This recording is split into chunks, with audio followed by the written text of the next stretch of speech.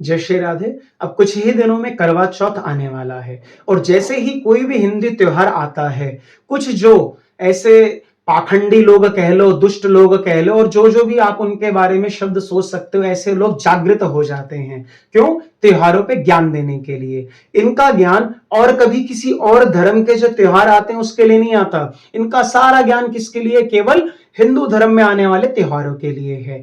अब जैसे ही करवा चौथ आने लगा तो क्या मैसेज आने लगे हैं कि तुम्हारी 1 साल की वैलिडिटी पूरी हो चुकी है, जल्दी से रिचार्ज कर लो। पत्नी ऐसा अपने पति को कहती है। पति कहता है क्या करूं? कहते हैं भैया अब तो मैं नई साड़ी लेकर आऊंगी, मेहंदी लगाऊंगी, मेकअप करूंगी, इन सब के लिए हजारों रुपए मुझे चाहिए अपने खर्चे के लिए। तो कहते हैं पत्नियों ने लूटने का ये नया अपना धंधा बना रखा है। और ऐसे ऐसे अनेक मैसेजेस आपको हर जगह, हर प्लेटफॉर्म पे, चाहे व्हाट्सएप पे आ रहे होंगे, फेसबुक पे आ रहे होंगे, यूट्यूब पे वीडियोस आ रही होंगी, हर जगह आपको ये सब देखने को मिल जाएगा। क्योंकि ये जितने भी ऐसे लोग हैं, इनका काम क्या है? हिंदू सनातन धर्म को किसी भी प्रकार से बर्बाद करो, नष्ट करो। इसके बारे में लोगों के दिमाग में इतनी बुराइयां भर दो कि वह जब भी सनातन धर्मों को देखे, सनातन धर्म के किसी भी त्योहार को देखे, तो उसके मन में केवल उसके प्रति नेगेटिविटी आए, पॉजिटिविटी बिल्कुल ना आए।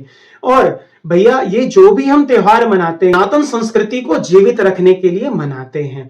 और कोई ऐसा नहीं कि 2 दिन 4 दिन पहले ही हमने कोई ना कोई नए त्योहारों का इन्वेंशन किया और हमने उसको करना चालू कर दिया हो। ये पुरातन से, पूर्व से ही ये सब त्योहार चले आ रहे हैं। और हर एक त्योहार मनाने के पीछे कोई ना कोई कारण है। बिना कारण के सनातन धर्म में कुछ भी नहीं होता।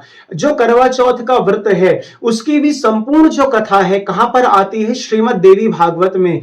जब सावित्री के पति सत्यवान को यमराज लेकर चले जा रहे होते हैं तो वो अपने उस पति से इतना प्रेम करती है, पति के प्रति इतनी निष्ठा होती है, वो यमराज के पीछे चल जाती है और यमराज से शास्त्रार्थ करती है, वो प्रश्न उत्तर करती है और फिर अपने पति को वो वहां से लेकर के आती है। जो हमारे सनातन धर्म की जितनी भी माताएं बहनें हैं वो भी इस करवा चौथ के व्रत को इसीलिए रखती हैं कि उनके पति की आयु बड़ी हो, उम्र उनकी लंबी हो, उनके ऊपर किसी भी प्रकार का कोई संकट ना आए। अब बहुत से जो पाखंडी लोग हैं उनका क्या काम है? अरे व्रत रखने से आयु इतनी लंबी हो रही होती तो किसी का पति 100 साल, 150 साल, 200 साल ना जीता।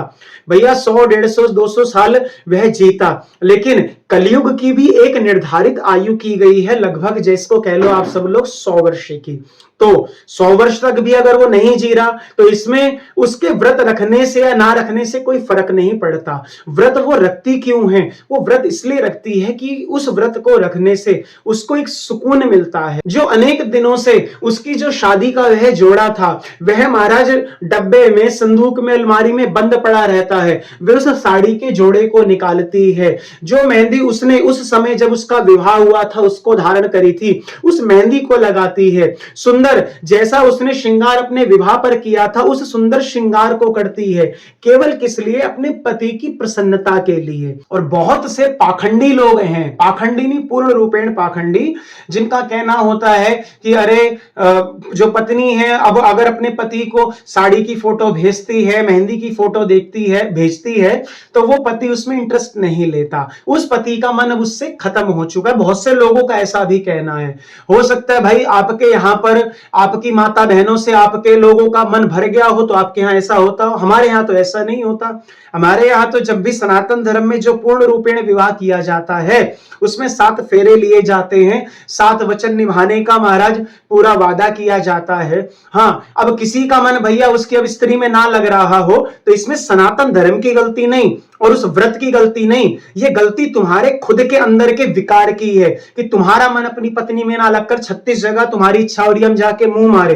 तो ये गलती सनातन धर्म की या उस व्रत की नहीं है, गलती तुम्हारी मानसिकता की है जो इतनी नीच हो चुकी है, इतनी छोटी हो चुकी है कि तुम ये सोचते हो कि भैया पत्नी तो है, इतने साल इसके साथ गुजार लिए, अब कोई हमें दूसरी अच्छी मिल जाए। तो ये तुम्हारी विकार है, इस अपने विकार को खत्म करो। सनातन धर्म को गाली देने से, उसके त्योहार को अपशब्द कहने से कुछ नहीं होने वाला। सनातन जो पहले अखंड था वो अब भी अखंड है और आगे भी अखंड रहेगा, लेकिन तुम्हारी दुर्गति हो जाएगी, इसमें किसी प्रकार का कोई संशय नहीं है। इसलिए सभी माताओं से, सभी बहनों से निवेदन, जो भी आप करवा चौथ का व्रत रखते हो, बड़े प्रेम से, बड़ी श्रद्धा के साथ उस व्रत को रखिए और आनंद पूर्वक उस व्रत को पूरा कीजिए। और अपने आपके पति की जितनी सामर्थ्यता है, आप खुद जानती हैं कि आपका पति आपकी हर इच्छा को पूर्ण करने में सामर्थ्यवान कितना है, तो उसकी सामर्थ्य के अनुसार वह आपको सब कुछ देने के लिए तैयार है, तो उसकी सामर्थ्य अनुसार उससे भैया खर्च करवाइए, उसके लिए कोई मना नहीं है। हाँ, लेकिन ऐसा नहीं हो कि उसको आपकी इच्छाओं को पूरा करने के लिए किसी से कर्जा लेना पड़ जाए, ये अच्छी बात नहीं है। इसलिए आप इस त्योहार को खूब आनंद के साथ मनाइए और इस वीडियो को उन पाखंडियों को, उन विद्रोहियों को जो धर्म को नहीं मानते, सनातन धर्म को गाली देते हैं, उन तक भी पहुंचा दीजिएगा और कह दीजिएगा हमारे यहां तो स्त्रियां जो होती हैं वो पति की लंबी आयु के लिए महाराज व्रत रखती हैं। अब तुम्हारे यहां तुम्हारे पति पत्नियों का आपस में प्रेम नहीं है, पति किसी और से लगा हुआ है, पत्नी किसी और से लगी हुई है, जब तुम्हारा प्रेम नहीं है तो तुम मत रखो व्रत, लेकिन हमें ज्ञान कृपया करके बिल्कुल भी मत दो। जय श्री राधे।